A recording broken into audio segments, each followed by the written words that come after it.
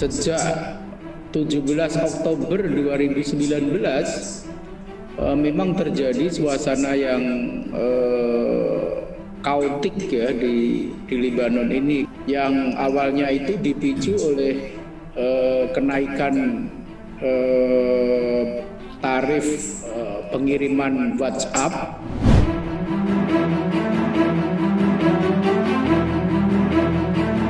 Dibanding Palestina, perhatian masyarakat kita terhadap Lebanon belakangan ini boleh dibilang nyaris nihil.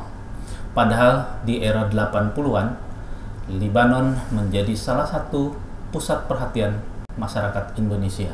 Indikasinya salah satunya bisa kita lacak dari album kelompok musik legendaris asal Bandung, Bimbo. Pada awal 1980-an, mereka membuat lagu khusus terkait Lebanon dengan judul Antara Kabul dan Beirut. Kenapa Lebanon sekarang ini kurang sekali mendapat perhatian dari masyarakat kita, padahal konflik di negara itu juga tidak kalah dengan apa yang dihadapi oleh Palestina? Untuk mencari kejelasan ini, saya Alexander Sudrajat akan mengajak Anda Detikers untuk mengikuti perbincangan dengan Bapak Hajriyanto Yassin Tohari, Duta Besar Republik Indonesia di Lebanon. Mari ikuti perbincangannya berikut ini. Halo, Assalamualaikum Bapak Hajriyanto Tohari.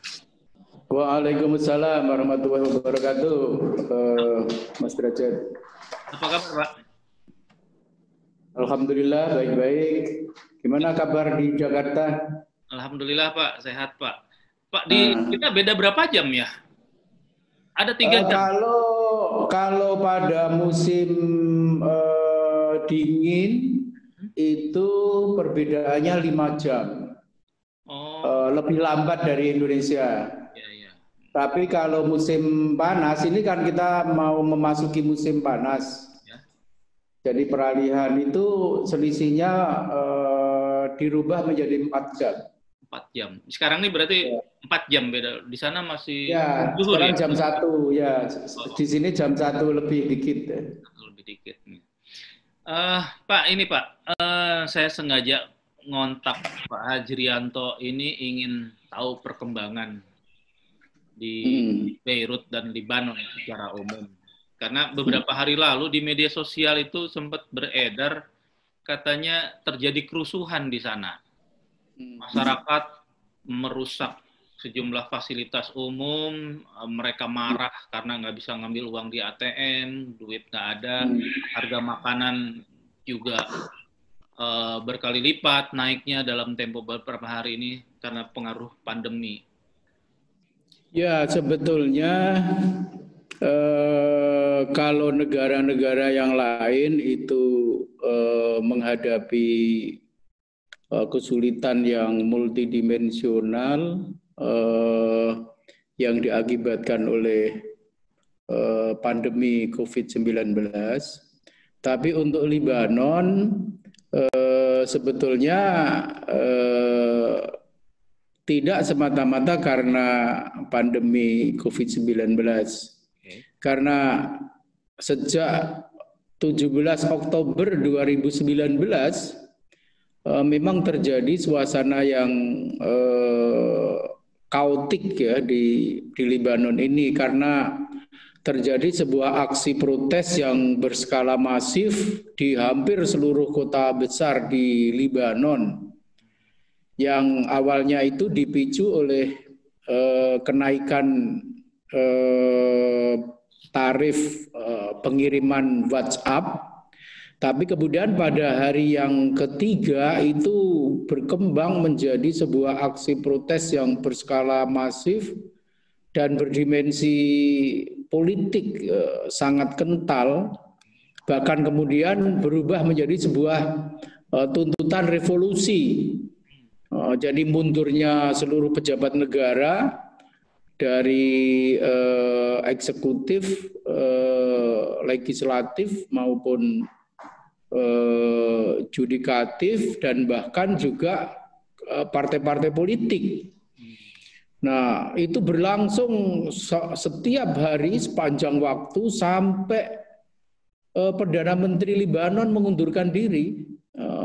Prime Minister Saad Hariri itu mengundurkan diri pada 29 Oktober 2019. Dan itu terus mengalami kekosongan kekuasaan, tidak ada pemerintahan sampai bulan Januari 2020. Terus yang ngurusin rakyatnya gimana itu mereka? Ya demisioner artinya pemerintahan Perdana Menteri mundur dari kabinet bubar, tetapi oleh presiden mereka mendapatkan tugas untuk melaksanakan tugas sehari-hari sampai terbentuknya kabinet secara definitif. Ya praktis tidak bisa mengambil keputusan apa-apa. Nah, aksi protes itu terus berlangsung sampai bulan Januari terbentuk pemerintahan baru yang dipimpin oleh Perdana Menteri Hasan Diab. Ini Perdana Menteri yang baru. Dan baru pada akhir Januari itu mendapatkan vote of confidence, penerimaan atau persetujuan oleh DPR. Baru dia mau mulai bekerja, masuk bulan Februari pandemi. Nah, praktis ekonomi yang sejak bulan November itu sudah lumpuh, ya. Kantor-kantor tutup, toko, minimarket, mall, terutama yang berada di kota di downtown Beirut yang juga menjadi pusat pemerintahan itu praktis tutup, sekolah-sekolah libur. Bank-bank juga menggunakan jadwal yang sangat ketat, kadang sehari cuma buka berapa jam. Angka nilai tukar mata uang lira Lebanon juga sudah mengalami penurunan. Nah, ditambah dengan gelombang pandemi COVID-19 itu, wah itu sudah lumpuh, semakin turun ke titik nadir. Angka nilai tukar lira juga terus merosot, bahkan angka resmi nilai tukar di Lebanon kan dipatok, jadi $1 itu 1.500. Bahkan sekitar 1 minggu kurang ya, 4 atau 5 hari yang lalu itu sempat menembus angka 7.000. Ya, jadi bisa dibayangkan kemudian harga-harga kan juga mengalami lonjakan yang luar biasa. Belum lagi orang kesulitan untuk mencairkan dananya di bank. Termasuk KBRI pada kemarin mulai bulan Desember, Januari mulai mengalami puncak kesulitan itu Maret ya. Itu nggak bisa ambil uang. Tadinya bisa seminggu sekali, setiap account hanya bisa mengambil $200 per minggu. Nah sekarang begitu keluar dari musim dingin, kemarin itu bulan April, Maret, April, bulan April itu cuaca mulai enak, ya demo keluar lagi, kira-kira seperti itulah. Jadi suasananya seperti itu. Melihat kondisi yang sangat memprihatinkan itu, ada respon dari dunia internasional, bantuan khususnya makanan, obat-obatan semacam itu? Ya, karena Lebanon ini kan boleh dikatakan negara yang menjadi proksi dari kekuatan-kekuatan besar internasional maupun regional. Ya, saya tidak bisa menyebut namanya, tapi kekuatan-kekuatan internasional dan regional, artinya adidaya dunia dan adidaya regional. Ini kan semua bermain di sini dan masing-masing mempunyai proksinya. Nah, karena itu maka bantuan-bantuan dari luar itu juga sangat terkait dengan dinamika antar kekuatan-kekuatan besar tersebut. Nah, karena itu setiap terbentuk suatu pemerintahan yang misalnya saja tidak bisa didukung oleh semua kekuatan yang ada, maka kemudian itu mempengaruhi bantuan-bantuan internasional. Ketika Perdana Menteri Saad Hariri masih menjabat sampai bulan Oktober tanggal 29 beliau mengundurkan diri itu, kan praktis hubungan dengan Barat itu sangat, dan karena itu maka lembaga-lembaga donatur dari negara-negara Barat juga relatif baik. Pada waktu itu kan juga Perdana Menteri Saad Hariri juga belum berjalan dengan kuat, karena pembentukan kabinet juga terlambat sampai 9 bulan setelah pemilu 2018 itu, dan saya datang pada bulan Maret itu RAPBN 2019 itu belum mendapatkan agreement, belum mendapatkan persetujuan. Jadi praktis negara berjalan tanpa APBN. Baru pada bulan Juli akhir itu parlemen memberikan persetujuan pada APBN itu. Nah, itu pun juga sudah mengalami kesulitan, tetapi kemudian banyak negara-negara yang memiliki komitmen hasil konferensi CEDAR yang dipimpin oleh Perancis. Seperti ketahui, Perancis kan dulu pemegang mandat kekuasaan di Libanon. Istilah eufemisme dari penjajah kira-kira itu pemegang mandat. Nah, itu memimpin konferensi CEDAR dan itu memberikan komitmen bantuan perekonomian kepada Libanon. Juga IMF, juga Amerika, juga Iran, Arab Saudi dan negara-negara Teluk, negara-negara Arab Teluk. Tapi kemudian terjadi aksi protes tersebut yang mereka menamakannya sebagai Saurah atau revolusi itu. Maka kemudian jatuh Perdana Menteri Saad Hariri mengundurkan diri, diganti dengan yang baru ini tahun 2020. Nah, ini konstelasi politik udah berubah. Sehingga negara-negara yang komit, negara-negara kaya yang komit itu sekarang mengambangkan lagi semuanya. Pak, bisa dijelaskan dulu nggak Pak, awalnya dari tadi konstelasi politik, struktur masyarakat di Libanon sendiri seperti apa sih? Apa yang dominan di sana yang kuat? Kemudian apa kemudian pemicu konflik yang berlarut-larut yang kayaknya udah kayak benang kusut banget gitu kan? Iya.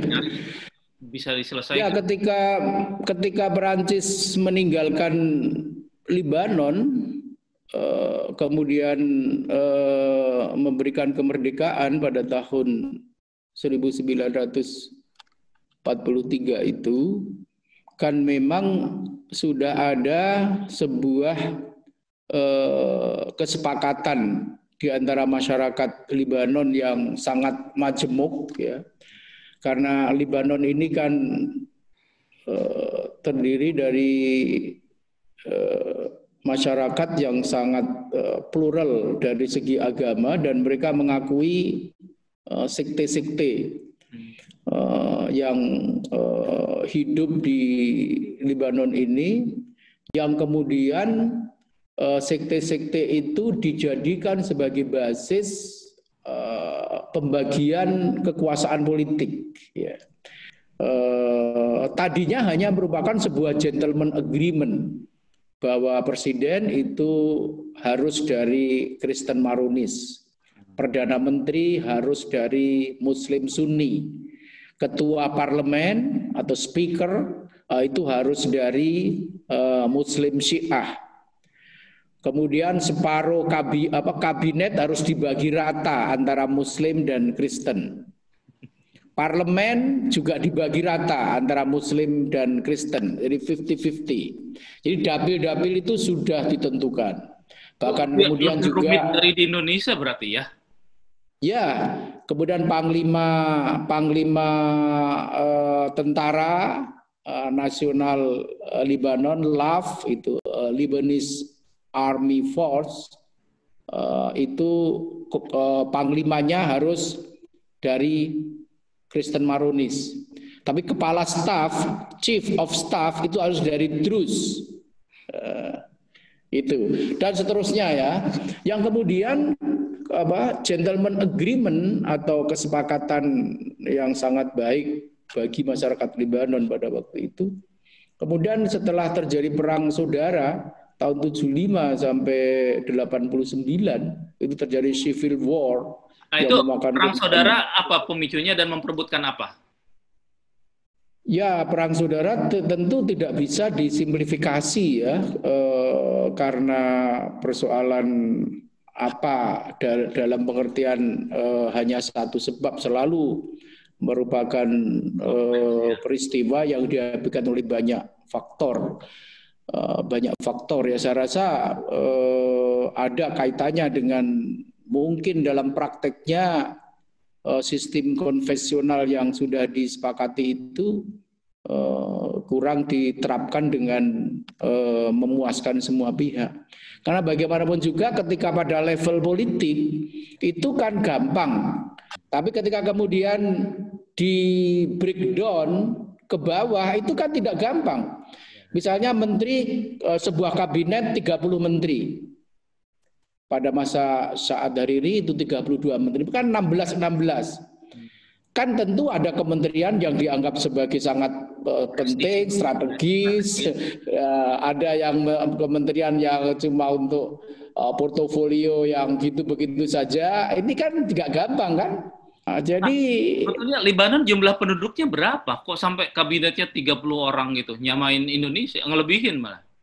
Ya, itu pada periode kemarin waktu Perdana Menteri saat hari ini 32. Sekarang kabinet baru sekarang ini 20. 20 orang menteri. Penduduk Lebanon hanya sekitar 6 juta.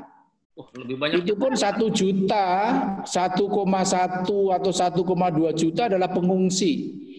Jadi ada pengungsi Syria, ada pengungsi Palestina, ya.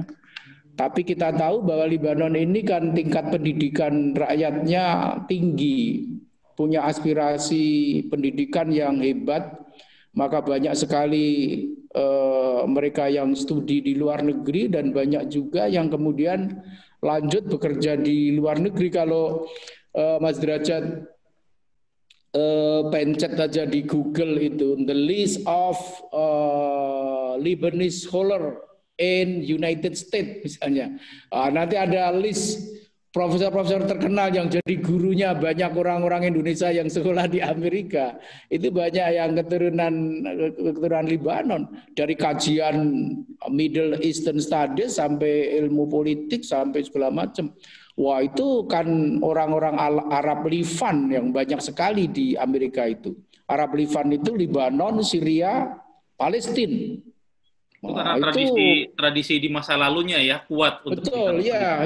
Makanya kan banyak sekali itu profesor-profesor di universitas yang terkenal di Amerika itu orang-orang dari Arab Livan, Biladus Syam atau negeri Syam inilah. Syam ini dulu kan jadi satu kesatuan kan, namanya Lebanon, Suriah, Palestina.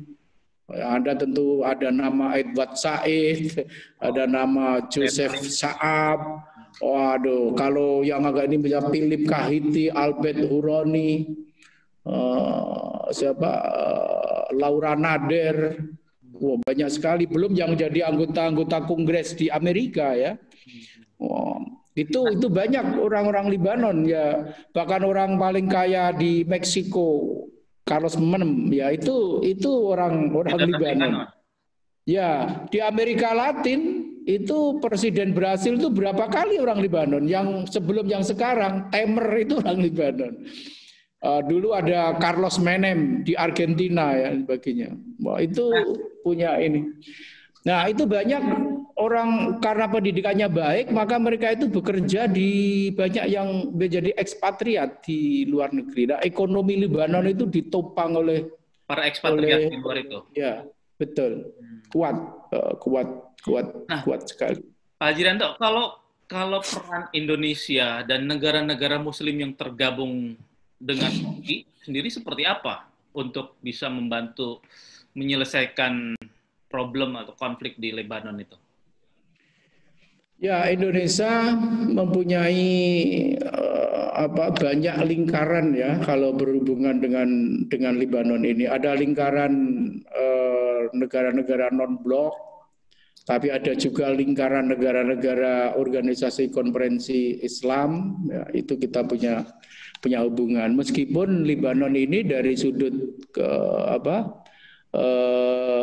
penduduk konstelasinya itu paling berbeda dengan negara-negara Arab yang lain. Lebanon ini kan satu-satunya negara Arab yang libur di hari Ahad. Satu-satunya negara Arab yang presidennya Kristen, itu juga Lebanon. Nah, sebelum tahun 40-an mereka masih menjadi satu. Belum merdeka sendiri-sendiri itu tahun 45 itu Lebanon merupakan salah satu dari tiga negara pertama yang mengakui kedaulatan Indonesia, kemerdekaan Indonesia. Maka hubungan Indonesia sejak tahun 56 itu sudah memiliki perwakilan. Tetapi yang berdiri sendiri itu mulai tahun 90. Tahun 96 ya. Itu hubungan sangat baik dan Indonesia sangat disenangi oleh pemerintahan dan masyarakat Lebanon karena ya kehadiran Indonesia dalam peacekeeping sebagai salah satu negara kontributor terbesar. Jadi tentara penjaga perdamaian yang terdiri dari kontingen 41 negara di bawah bendera PBB yang disebutkan UNIFIL, itu jumlah yang paling besar itu dari Indonesia. Berapa ribu, Pak? 1.342, sekarang berkurang sekarang sekitar 1.240. 1.420 termasuk sebuah kapal perang. Sekarang kapal perang kita yang berada di perairan Lebanon itu KRI Sultan Hasanuddin dengan 120 personil. Lengkap dengan helikopter canggih yang berada di kapal itu. Berada di KRI Sultan Hasanuddin itu, yang setiap hari melakukan patroli di Mediterania ini, di laut tengah ini, terutama di perairan Beirut, Lebanon, sampai ke perbatasan dengan laut yang diklaim oleh Israel. Nah, dan konsentrasi selain konflik internal, memang ada ancaman dari luar juga ya terhadap Lebanon. Ya, seperti kita ketahui, Lebanon ini mungkin boleh disebut sebagai satu-satunya negara Arab yang berhasil mengusir Israel dan Amerika pada waktu itu dari Beirut tahun 80. Akhir dari kan pada waktu perang saudara, kemudian Amerika masuk juga Israel, termasuk juga Syria, ya. Dan kemudian yang berhasil mengusir itu adalah Lebanon, yang dalam hal ini ditulangpungi oleh kekuatan Hizbullah, ya. Sebuah kekuatan baru, ya, yang sangat kuat, yang kemudian bisa mengusir itu, sehingga praktis kemudian di perbatasan Lebanon dengan wilayah Palestina yang dikuasai Israel, ya, itu sekarang menjadi wilayah yang memiliki tingkat ketegangan yang sangat tinggi. 2 minggu yang lalu Perdana Menteri Hasan Diab melaporkan bahwa dalam 3 bulan itu terjadi 1.600 pelanggaran perbatasan oleh Israel. Jadi nggak cuma mengganggu Palestina dia ya, mengganggu Lebanon juga. Oh iya, ya. Nah, karena itu maka tembok, kebijakan membangun tembok atau di sini terkenal dengan namanya T-wall ya, yang rencananya Presiden Trump juga mau bangun dengan perbatasan Meksiko, itu Israel sudah membangun perbatasan dengan Lebanon sepanjang berapa ribu kilometer antara apa itu, maksud saya berapa ratus kilometer ya. Itu perbatasan antara Lebanon dengan Israel itu T-wall setinggi ya mungkin berkisar antara 9 sampai 12 meter. Kalau tempatnya sudah agak tinggi ya 9 meter, kalau tempatnya, dan itu sangat kuat ya, sangat kuat. Jadi kalau kita naik mobil menuju ke wilayah selatan, misalnya kita mau ke markas besar kontingen Garuda di Unifil di Nakura ya itu kita melewati samping tembok itu, melewati T-wall itu persis dengan tembok-tembok yang berada di dalam negara Israel yang mengurung pemukiman Palestina itu ya. Jadi kayak penjara dunia ya. Nah, di situ, tapi tentu tembok itu tidak menutup semua perbatasan, masih panjang yang ini. Nah, disitulah tentara di zona biru tersebut, blue line itu, ya di zona netral, yaitu tentara Unifil dari 41 negara termasuk tentara kita di Indonesia itu. Nah, itu memberikan sumbangan yang besar bagi stabilitas kawasan tersebut, walaupun Israel juga diuntungkan dengan penjagaan pasukan penjaga perdamaian tersebut karena dia tidak diganggu lagi sama Hizbullah ya. Ya sama, dua itu saling serang menyerang saja. Bahkan pada bulan April juga ya, kalau nggak April Mei kemarin, markas media Hizbullah bukan di perbatasan, tetapi di pinggiran kota Beirut itu diserang dengan drone Israel. Jadi jauh masuk ke dalam Lebanon. 2 buah drone melakukan serangan tersebut dan terjadi kehancuran bangunan dan ada beberapa korban. Nanti beberapa hari kemudian Hizbullah akan segera memberikan balasan.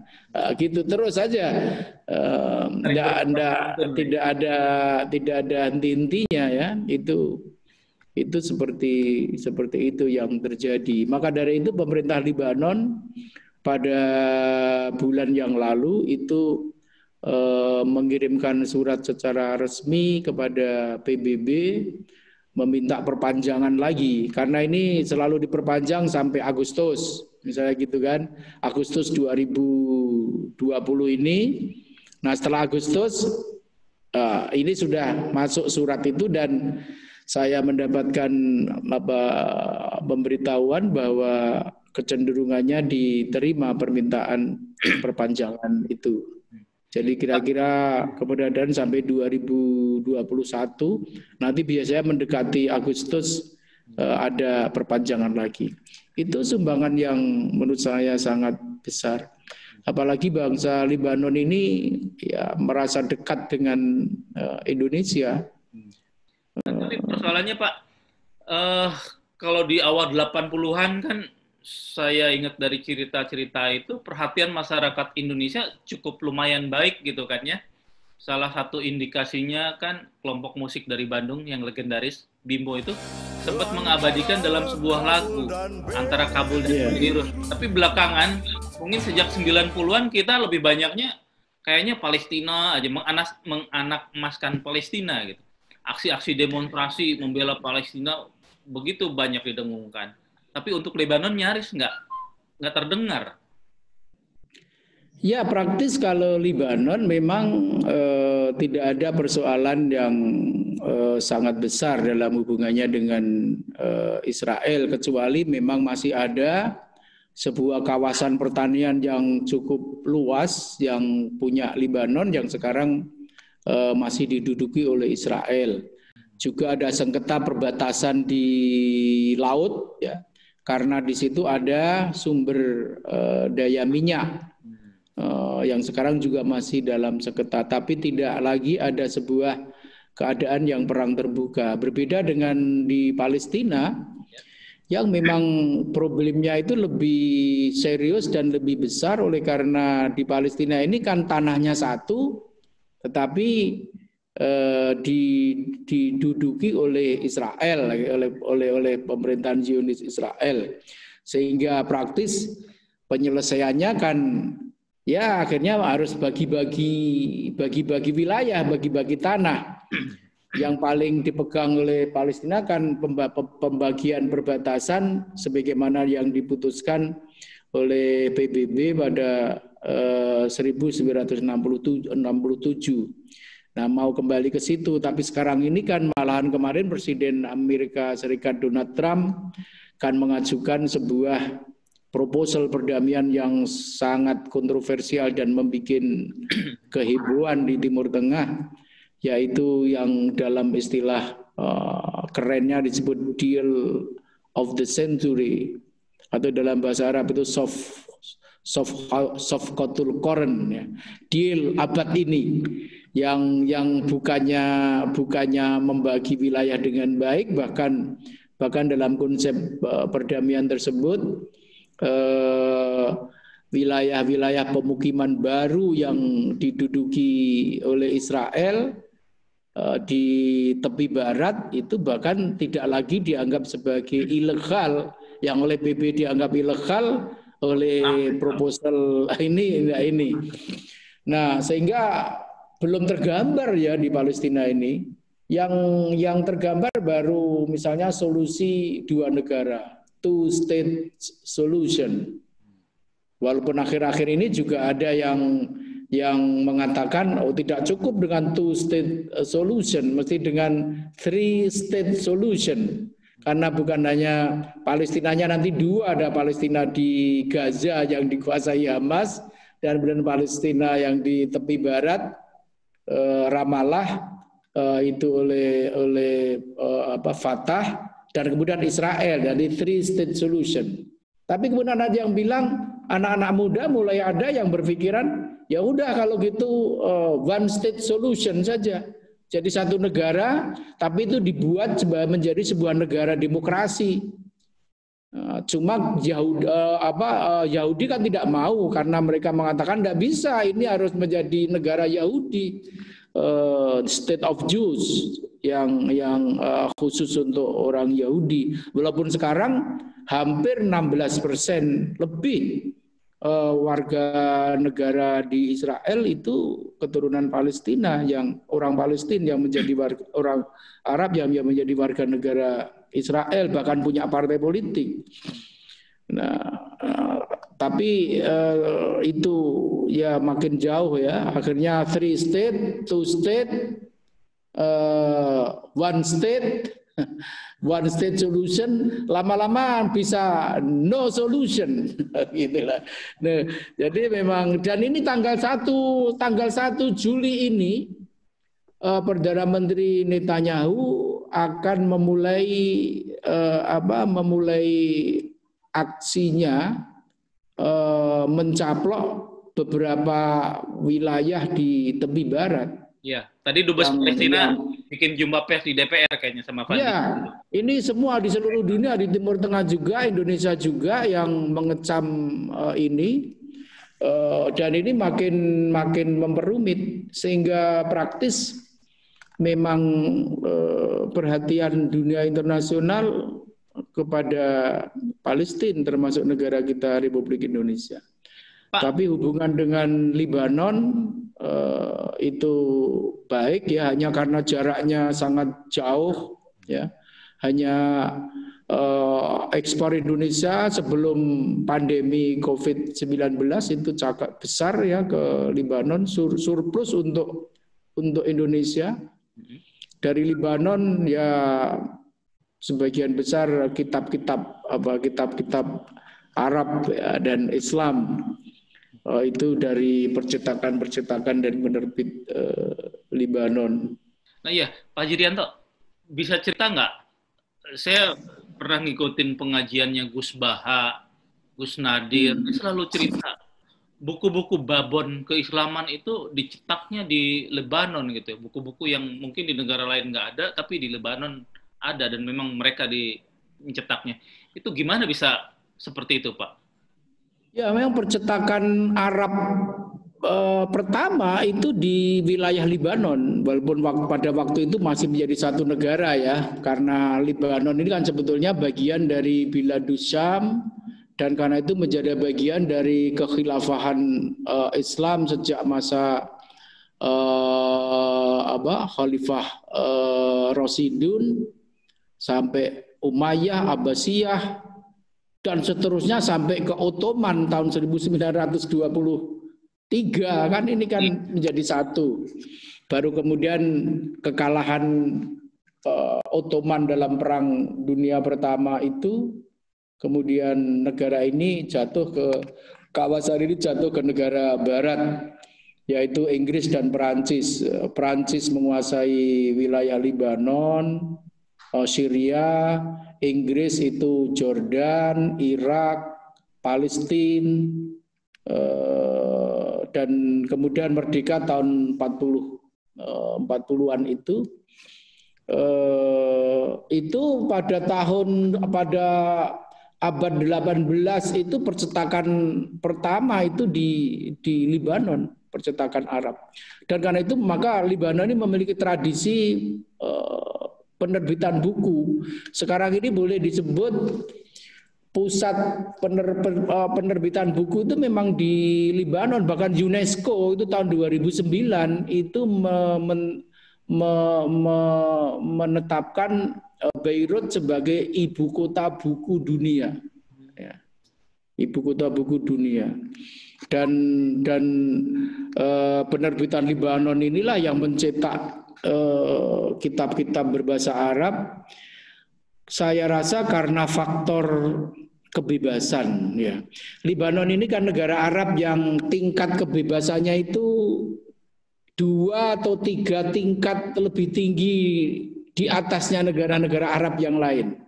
Kebebasan berpendapat, kebebasan berserikat, kebebasan berkumpul, kebebasan berekspresi, kebebasan pers. Kebebasan pers di sini standarnya Eropa. Jadi nggak ada itu orang aksi demonstrasi nggak boleh diberitakan. Di sini live ya, TV itu memberitakan demo aksi-aksi itu live, wawancara dengan ini aman-aman saja yang dengan aksi-aksi demo. Nah, mungkin iklim kebebasan termasuk kebebasan intelektual yang tinggi tersebut, maka mencetak kitab di Libanon itu aman. Ya, artinya nggak akan ada orang mendemo memprotes sebuah buku sekontroversial apapun diterbitkan. Ya, itu di Libanon. Maka dari itu mungkin saya berani mengatakan bisa mencapai 75% produksi perbukuan Arab itu dicetak di Libanon, ya. Dicetak di Beirut. Sampai ada pemeo begini, orang Mesir menulis kitab, orang Libanon yang mencetak kitab itu, orang Irak yang membacanya. Karena 95% produksi kitab-kitab di Libanon ini, di Beirut ini, itu untuk konsumsi ekspor. Jadi yang dijual di Libanon itu praktis nggak ada, sedikit kecil. Bahkan di Libanon ini tidak ada pasar buku murah, itu nggak ada. Ya, itu jadi mereka itu jadi cetakan buku itu langsung dikemas-kemas, dikirim ke seluruh negara. dari Arab Saudi, Mesir, Irak, Iran, Malaysia, Indonesia, itu termasuk konsumen kitab yang cukup besar. Saya beberapa kali mengunjungi penerbit-penerbit di Beirut, itu ada yang pada masa waktu normal itu dalam 1 bulan mereka itu mengirim kitab ke Indonesia itu puluhan kontainer, ya. Puluhan kontainer, ya, saking besarnya itu. Nah, karena itu banyak penulis-penulis Mesir, Sudan, Syria, dan negara-negara Arab yang lain yang menerbitkan bukunya di Libanon, ya, menerbitkan bukunya di Libanon. Karena itu tadi kebebasan intelektual itu tinggi, jadi gampangnya Libanon ini liberal. Karena memang orangnya kan, orang-orang Libanon ini berbeda betul dengan orang-orang negara Arab yang lain. Jadi mereka ini friendly, kind, ya, nice, ya, dan liberal berpakaiannya, cara berpakaian dan lifestyle-nya. Jadi di tempat-tempat umum itu ya kayak kitab seperti di Eropa, ya, seperti di Eropa, berpakaiannya juga gaya-gaya kafe, diskotik gitu juga ada ya, meskipun. Oh ya, sangat banyak. Jadi tempat-tempat kafe, kongko, kemudian konser. Ya kalau kalau normal bulan-bulan begini nih, bulan-bulan Juni sampai nanti memasuki musim dingin itu adalah hari-hari konser-konser musik baik di tempat-tempat bangunan-bangunan tua, ruin, sisa teater-teaternya peninggalan masa Romawi, masa Bizantium. Itu yang besar-besar sekali, yang bisa menampung ribuan, sampai ke tempat-tempat yang modern seperti di restoran-restoran, di hotel-hotel. Ya macam-macam yang Mas Derajat sebut itu semua ada di sini dan banyak sekali. Dan ini kan juga kota turisme di dunia Arab. Bahkan Beirut itu dulu julukannya adalah Parisnya Timur Tengah. Parisnya Timur Tengah. Ada juga yang menyebut Swissnya Timur Tengah dari sudut jumlah turisme. Ini banyak sekali orang-orang kaya Timur Tengah itu ya plesirnya itu di Libanon, di Beirut. Maka hotel-hotel. Gimana? Wisatanya wisata sejarah, bukan alam, menikmati alam gitu. Alam, ya, alam sejarah, karena di sini kan peninggalan-peninggalan Bizantium, peninggalan masa kekhalifahan Islam seperti di Anjar dan sebagainya itu banyak, ya, teater-teater kuno itu, ya, yang bangunan dari batu-batu tapi disulap sedemikian rupa untuk ini. Lalu kemudian wisata hiburan, ya, untuk santai, ya, semua tersedia di Libanon ini. Belum lagi ditambah dengan wisata kedokteran. Wisata kedokteran juga. Iya, wisata kedokteran. Jadi orang ke Libanon ini untuk mempercantik hidung, mempercantik mata, mempercantik kulit, mempercantik macam-macam, ya. Sambil berlibur itu ke wisata bedah plastik dan sebagainya, ya. Karena pendidikan dokter di Libanon ini tinggi. Jadi Mas Derajat kan pasti pernah mendengar bahwa dokter-dokter di negara-negara Arab Teluk, bahkan di Eropa dan Amerika, itu banyak dokter-dokter yang orang sini, dari Libanon. Orang-orang Syria, orang Palestina, orang Libanon yang praktek di berbagai negara itu. Sehingga Pak, teknologi kedokteran itu tinggi, ya, tinggi. Tadi kalau dibilang Libanon dan Beirut menjadi pusat dunia penerbitan, kalau dari sisi akademisnya, dunia perguruan tingginya, memang sangat baik juga. Ya, kita tahu bahwa universitas tertua di Timur Tengah itu kan di Beirut, namanya AUB. American University of Beirut yang berdiri pada tahun 1800-an sekian ya. Dan itu sebuah universitas yang memiliki standar Amerika, baik dari segi profesor-profesornya maupun biayanya. Jadi memang sangat mahal, yang sampai 1 tahun itu angkanya itu belasan ribu US dollar. Di sini kan mata uang dolar itu bisa dipakai di warung kecil pun pakai dolar. Jadi bagaimana ya? Jadi ya mata uang itu dolar itu bisa bukan hanya bisa, memang biasa dipakai di sini.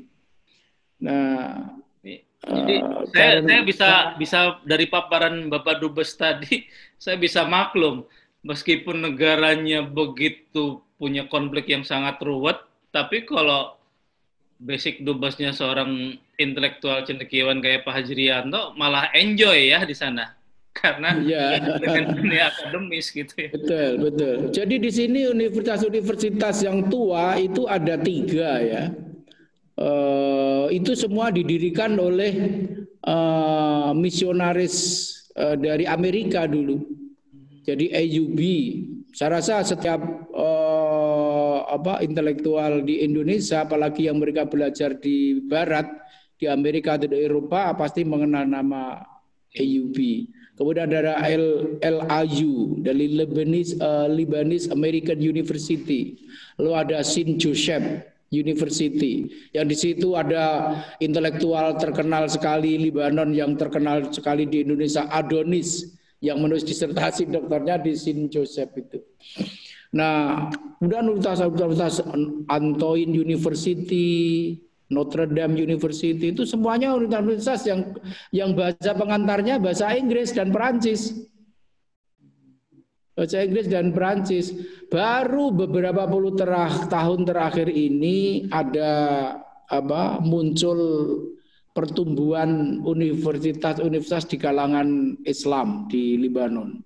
Maka hadir ada Universitas Islam Tripoli, ada Jinan University, ada Jamiah Musarrif, ada Al-Azhar, Universitas Jamiah Azhar Bika, Beirut Arab University, dan ada juga Beirut Islamic University.